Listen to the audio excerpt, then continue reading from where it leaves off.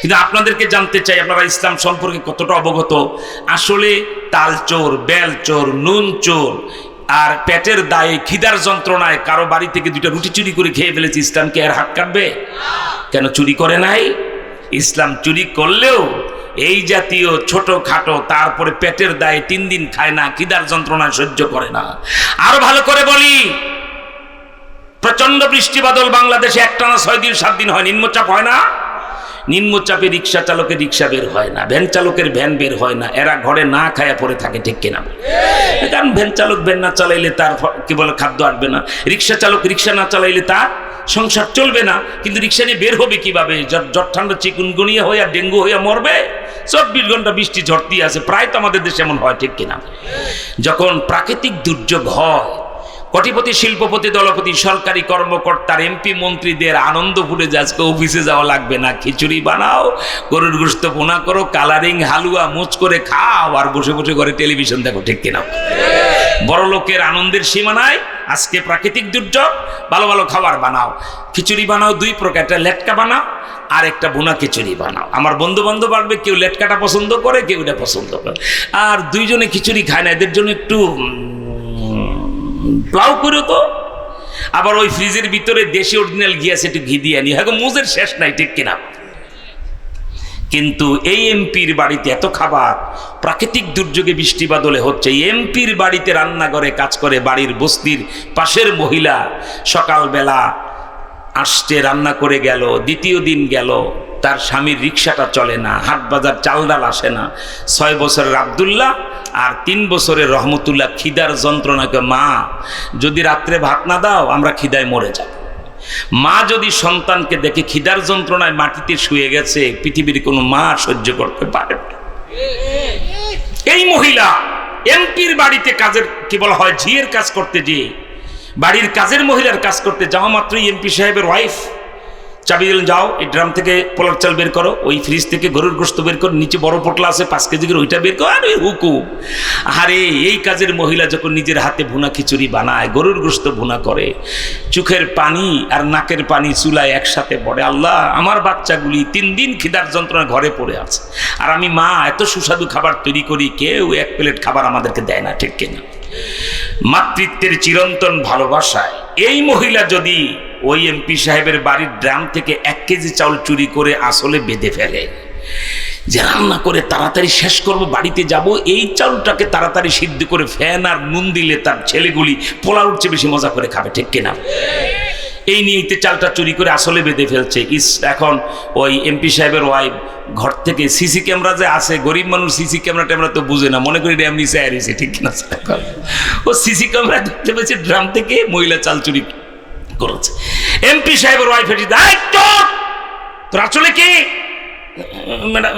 মানে চোর, তো আসলে তো চোর চুরি করছে। এরপরে এমপি সাহেবের কাছে ধরে নিয়ে গেছে ড্রয়িং, এই দেখো কি কাজের মহিলা রেখেছে, চোর ড্রাম থেকে 1 কেজি চাল চুরি করেছে, এই দেখো হাতে নাতে ধরেছি মাল সহ। এমপি সাহেব যদি এই একটা ছাত্র দিকে আসো তো, যুবক মানুষ আসো, সাইজের যুবক, এখানে তাড়াতাড়ি আসো, এই বলো তুই আসতে পারছ না, তুই কি বুড়ো হয়ে গেছিস নাকি, হাত দে। এইভাবে মহিলাকে নিয়ে এমপি সাহেবের কাছে গেলে, এমপি সাহেব যদি কাজের মহিলাকে চাউল সহ ইসলামী আদালতে নিয়ে যায়, মহামান্য আদালত বিশ্বাস করে কাজের মহিলার দায়িত্ব দিয়ে রান্নাঘরের সব হেড অফ দ্য ডিপার্টমেন্ট বানাই দিছি তাকে, দেখেন বিশ্বাস লঙ্ঘন করে 1 কেজি চাল চুরি করে বাড়িতে পালিয়ে যাচ্ছিল, হাতে নাতে মাল সহ এনেছি, হাত কাটেন, ইসলাম এই মহিলার হাত কেটে দিবে না? বল ওদের আসলেই বল, কেন কি চুরি করে নাই? কি তাহাজ্জুদ করছে নাকি? চুরি করছে তো, ইসলাম হাত কাটবে না? এইটা বুঝতে হবে আপনাদের। তাহলে কোন শকুনের পা, যারা সরকারি পদ পদবিতে বসে 1000 কোটি টাকা লুটে খেয়েছে, আমার দেশ থেকে লুটে নিয়েছে, একটা শয়তানও রক্ষা পাবে না, ঠিক কিনা? জোরে কও। আমার ভাইরা, ইসলামী আদালত যদি ওই ইসলামী আদালত কিন্তু একতরফা, আমাদের দেশের গ্রাম্য মাতবর যারা মোড়ল, এরা তো শয়তানের সাক্ষাৎ খালাতো ভাই, ফেরাউনের চাচাতো ভাই। যে অপরাধ করে যদি 10,000 টাকা ধরায় দেয়, রায়টা তার পক্ষেই দেয় গ্রাম্য বিচারকরা, ঠিক কিনা? বাজারে মাথা ফাটাইছে, 50,000 টাকার বান্ডেল নিয়ে চেয়ারম্যান সাহেব ভুল একটা করে ফেলছি, ভাড়ায় লাইছি, কি হয়েছে? গোমুখের মাথায় বাড়ি, বিচার আপনার কাছে আসতেছে, তো এখন রায় কোন দিকে হবে? বলো তুমি, টাকা দিলে তুমি রায় যার ওর দিকে, তাই না? ঠিক কিনা? বিচারক তো এখন বিচার বসছে সন্ধ্যাবেলা এসে ও বলতেছে, মাননীয় চেয়ারম্যান সাহেব জানেন আমার বাবা তুলে গালি দিয়েছে, ফল না তোলা মানে যে মাথা ফাটাইছে চোরের মায়ের তো বড় গলা হয়, ঠিক কিনা? একটা বিরাট বক্তব্য দিয়ে ফেললো, বাংলাদেশের চোরমন্ত্রী আর চোর এমপিদের মতো। চোর লজ্জা শরম নেই, বেহায়ার মতো আবার জোরে জোরে জোর গলায় কথা বলে, ঠিক কিনা? আমার ভাইরা, ইসলামী আদালত এর বক্তব্য শুনেই বিচার করবে না, কে বলেন ঠিক না? আল্লাহু আকবার। ইসলামী আদালত হলে এবার বলে, আচ্ছা এমপি সাহেব বক্তব্য হয়েছে? হ্যাঁ। এই মহিলা কেন চাল চুরি করছো, তোমার বক্তব্য দাও। সুবহানাল্লাহ।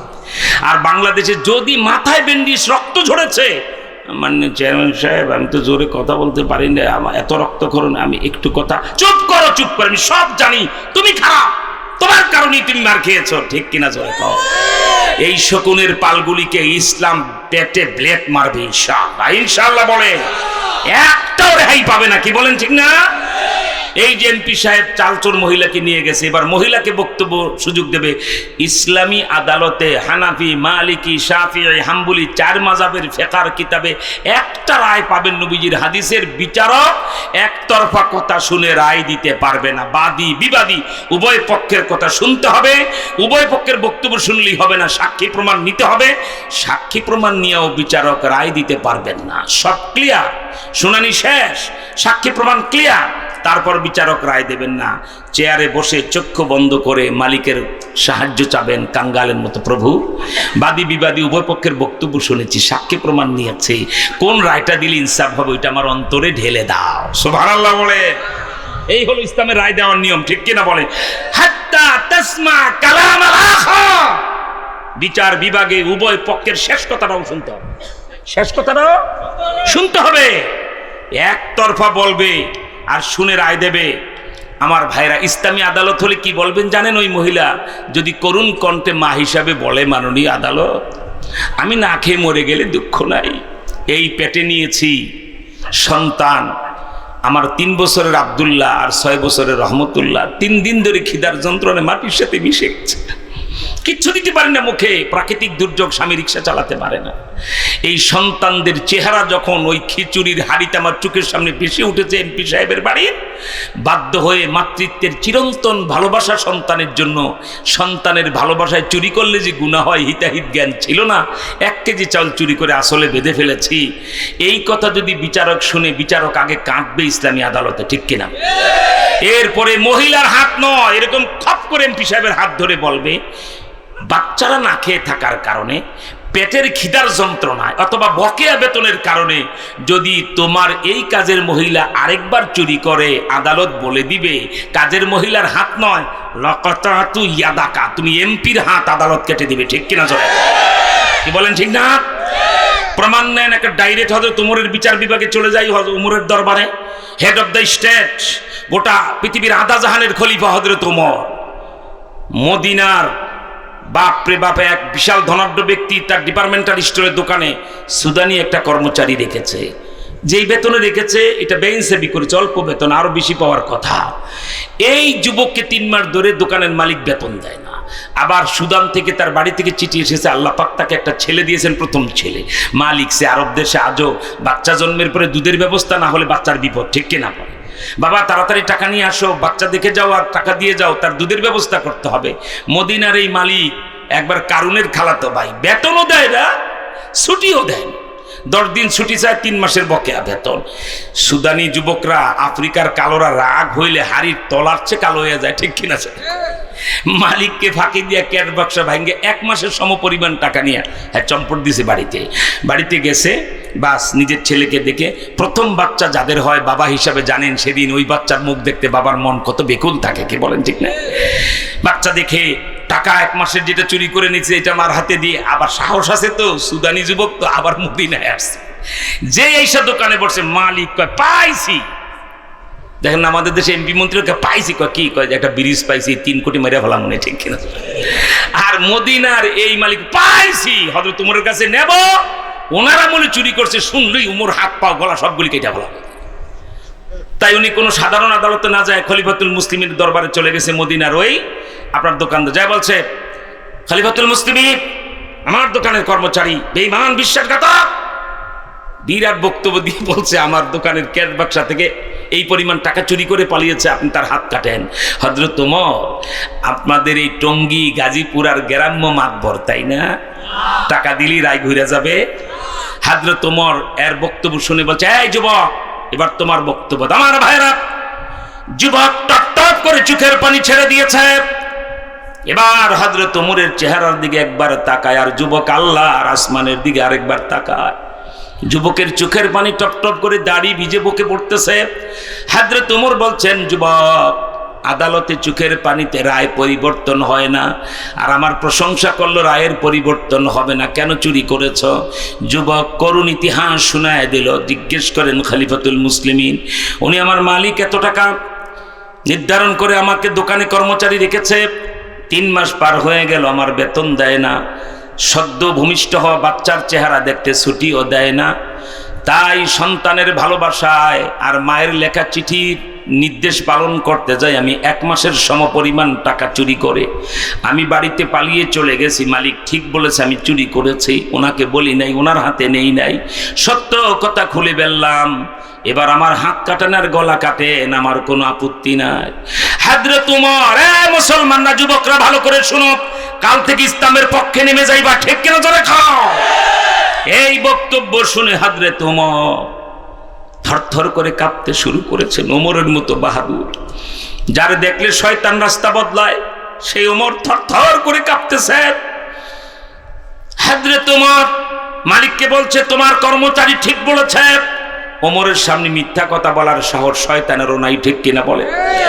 মাথা ঝুঁকিয়ে সম্মতি দিল, হ্যাঁ, আমার কর্মচারী ঠিকই বলেছে। হযরত ওমর বলে, দাও, বাকি 2 মাসের 1 মাসের টাকা তো চুরি করে পালিয়েছে, বাকি 2 মাসের টাকা জলদি আমার হাতে জমা দাও। টাকা যখন বললেন, মালিক দৌড়ে টাকা এনে দিলেন। হযরত ওমর ওই বকেয়া বেতনের 2 মাসের টাকা নিজের হাতে নিয়ে সুদানি যুবকের হাতে, কর্মচারীর হাতে দিয়ে বলে, যুবক, আমার শাসন আমলে মাঠ গেলে বেতন পাও না, কিয়ামতের ময়দানে আল্লাহর আসামির কাঠ গড়ায় আমারে দাঁড় করাইও না। বললেন, আমি শাসক, অথচ আমার আমলে জুলুম তোমার উপর হচ্ছে, বেতন পাও না, এটার জন্য আল্লাহর আসামির কাঠ গড়ায় দাঁড় করে। এই বলেই হযরত ওমর এইভাবে কর্মচারীর হাত ছুড়ে ফেলে খপ করে মালিকের হাত এইভাবে ধরলেন। আল্লাহু আকবার। এইরকম খপ করে মালিকের হাত ধরে বলছে, বেতন বকেয়া থাকার কারণে যদি তোমার এই কর্মচারী আরেকবার তোমার ফ্যাক্টরিতে চুরি করে, তাহলে এই কর্মচারীর হাত নয়, লাকাতাতু ইয়াদাকা, আমি ওমর তুমি মালিকের হাত কেটে দেবো। আল্লাহু আকবার বলবে না? আরে আকাশ ফাটা চিৎকার আল্লাহু আকবার বলো। দিস ইজ ইসলাম, এটার নামই হলো ইসলাম, ঠিক কিনা জোরে কন? এই ইসলামী বিচার ব্যবস্থা কারা চায়? হাত তোলে, আল্লাহু আকবার বলেন। দুহাত তোলে, আল্লাহু আকবার। হাত নামান, ওয়েট এন্ড সি। যদি আগামী ভোটে ইসলামকে রাষ্ট্র ক্ষমতায় আনতে পারেন, তাহলে যারা পদ্মা সেতুর চোর, পরমাণু কি বলা হবে, যে রূপপুরের বিদ্যুৎ কেন্দ্রের চোর, সব চোরারা জানে আমাদের হাতের কবজি থাকবে না, তাই কেউ কলকাতায়, কেউ ইন্ডিয়ায়, দিল্লিতে, এখানে সেখানে যে পালিয়েছে, পালাতে পারবা না। ইসলাম রাষ্ট্র ক্ষমতায় আসলে ইঁদুরের বাচ্চার মতো ধরে ধরে আনবো, হাত কেটে লাইভে টেলিভিশনে দেখায় দেব, এক চোরার হাত কাটবো, সমস্ত চোরারা সোজা হয়ে যাবে, ঠিক কিনা জোরে কার? এই আইন কারা চাও? ইসলামের দুহাত তোলে, আল্লাহু আকবার। Akash TV online, the centre of healthy culture, সুস্থ সংস্কৃতির প্রাণ কেন্দ্র। Akash TV online, the centre of healthy culture, সুস্থ সংস্কৃতির প্রাণ কেন্দ্র।